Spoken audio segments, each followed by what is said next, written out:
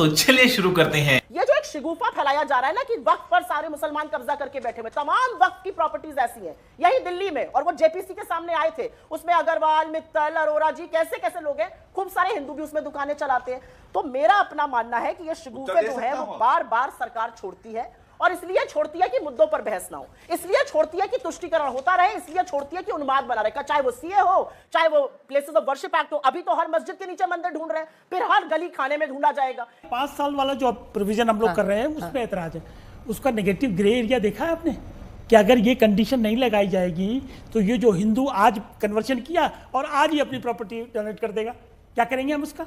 मतलब हर पक्ष के कॉन्सिक्वेंसेज होते हैं। क्योंकि आज ये सार्थक चर्चा तभी हो सकती है जो भी विरोध कर रहा है इस संशोधन का, तो वो बताए कि क्या खामियां हैं, उनके विरोध की वजह क्या है। दोस्तों, लोकसभा में वक्फ बोर्ड संशोधन विधेयक पेश होने की संभावना पर सियासी बहस तेज हो गई है। सुधांशु त्रिवेदी का कहना था कि यह संशोधन विधेयक मुस्लिम समाज में सुधार लाने की दिशा में एक बड़ा कदम है।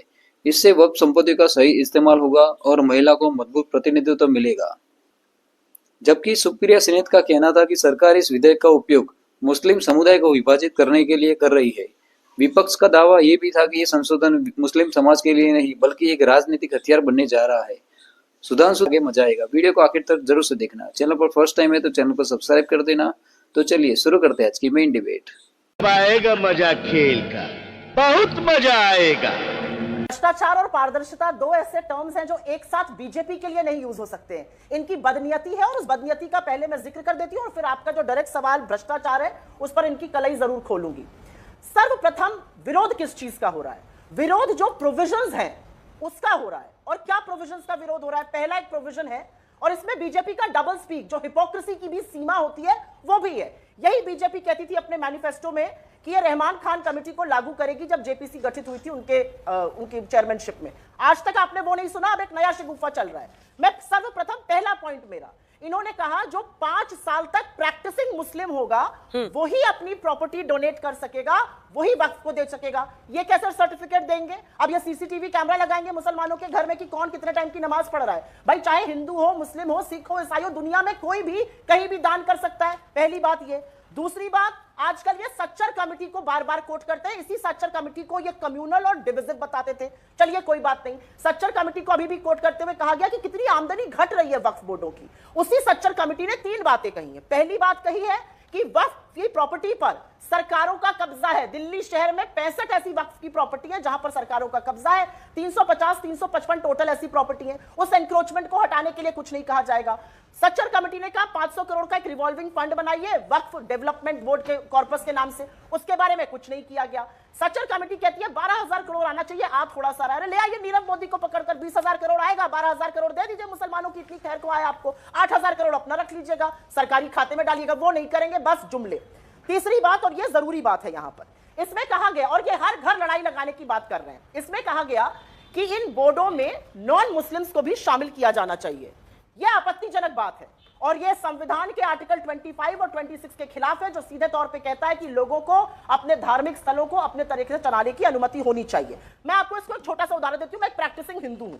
मेरी श्री राम में, मेरी शिव जी में, मेरी देवी माता में बहुत आस्था है। नवरात्र चल रहे हैं। आप मुझे बताइए कि क्या कोई मुसलमान हमारे धार्मिक बोर्डों में आकर डिसाइड कर सकता है कैसे क्या होगा? उनको हमारी रीति रिवाज, हमारी परंपराएं, हमारी मान्यताओं का क्या पता? जो गुरुद्वारा प्रबंधक कमेटी है, पार्लियामेंट के एक्ट से चल रही है, उसमें कोई क्रिश्चियन जाके बता सकता है? तो मुसलमानों के खिलाफ ही क्यों उसमें हिंदू बैठेंगे? अभी थोड़े दिनों पहले, और ये डॉक्यूमेंटेड एविडेंस है, थोड़े दिनों पहले श्री राम जन्मभूमि ट्रस्ट का 15 लोगों का डिसाइड हुआ, उसमें कौन कौन होगा। उसमें जो सरकारी अधिकारी सेंटर से जाएगा वो ज्वाइंट सेक्रेटरी रैंक का होगा, लेकिन कंडीशन ये है कि वो हिंदू होगा। जो स्टेट से आईएएस जाएगा, कंडीशन ये है वो हिंदू होगा। और डीएम अयोध्या का अगर वो हिंदू नहीं है तो वो इस ट्रस्ट का हिस्सा नहीं बन सकता है, एडिशनल कलेक्टर को बनाना पड़ेगा। मुझे इसमें कोई आपत्ति नहीं है अंजना जी, क्योंकि मुझे ऐसा लगता है धार्मिक अनुष्ठान, धार्मिक परंपराएं, धार्मिक रीति रिवाजों को चलाने में समझ होनी चाहिए। एक छोटी सी बात यहां पर और बोलती हूं, और यह बात बोलनी जरूरी है। यह जो एक शिगुफा फैलाया जा रहा है ना कि वक्फ पर सारे मुसलमान कब्जा करके बैठे हुए, तमाम वक्फ की प्रॉपर्टीज ऐसी हैं यही दिल्ली में, और वो जेपीसी के सामने आए थे, उसमें अग्रवाल, मित्तल, अरोरा जी, कैसे कैसे लोग हैं, खूब सारे हिंदू भी उसमें दुकानें चलाते हैं। तो मेरा अपना मानना है कि यह शिगुफे जो है वो बार बार सरकार छोड़ती है, और इसलिए छोड़ती है कि मुद्दों पर बहस ना हो, इसलिए छोड़ती है कि तुष्टीकरण होता रहे, इसलिए छोड़ती है कि उन्माद बना रहे, चाहे वो सीए हो, चाहे वो प्लेसेस ऑफ वर्शिप एक्ट हो। अभी तो हर मस्जिद के नीचे मंदिर ढूंढ रहे हैं, फिर हर गली खाने में ढूंढा जाएगा।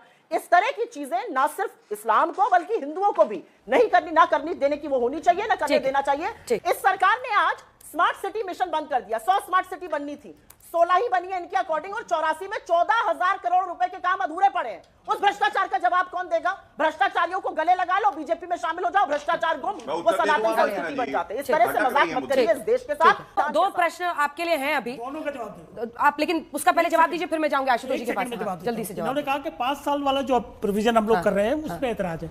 उसका नेगेटिव ग्रे एरिया देखा है आपने कि अगर ये कंडीशन नहीं लगाई जाएगी तो ये जो हिंदू आज कन्वर्शन किया और आज ही अपनी प्रॉपर्टी डोनेट कर देगा, क्या करेंगे हम उसका?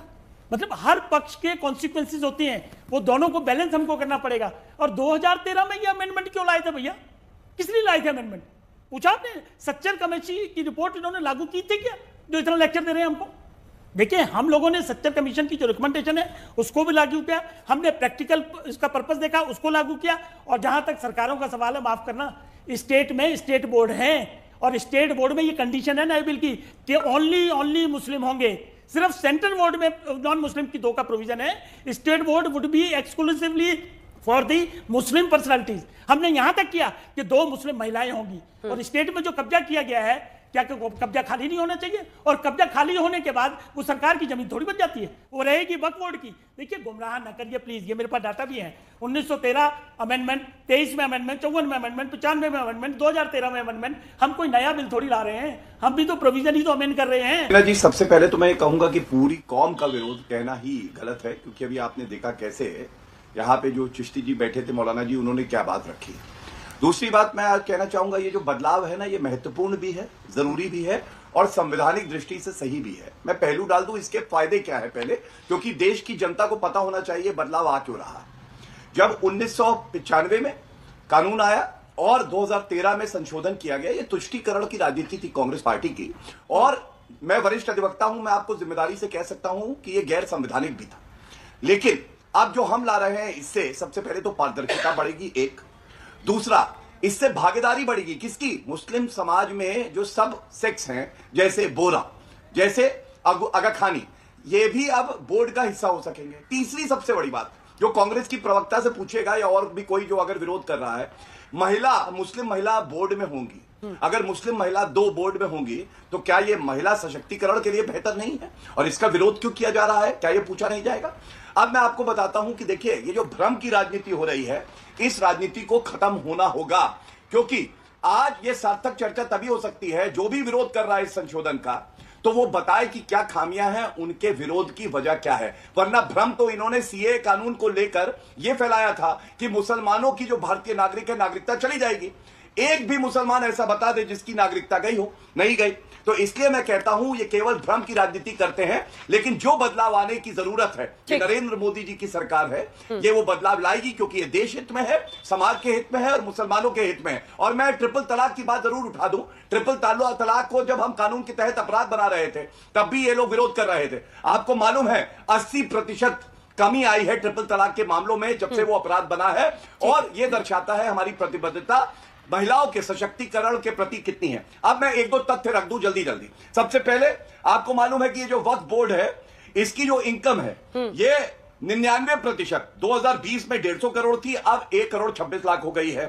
जबकि प्रॉपर्टी इसकी दुगनी हो गई है। तो ये अगर घट रही है, इसका मतलब मुत्तावली ये लोग फायदा उठा रहे हैं। और इसके साथ साथ कुछ लोग हैं बोर्ड में जो वक्फ की संपत्ति से अपने निजी स्वार्थ के लिए उसका दुरुपयोग कर रहे हैं। दूसरी वीडियो को आखिर तक देखने के लिए धन्यवाद। वीडियो पसंद आया तो वीडियो को लाइक कर दीजिए और चैनल को जरूर से सब्सक्राइब कर दीजिए। तो चलिए मिलते हैं एक और धमाकेदार वीडियो में।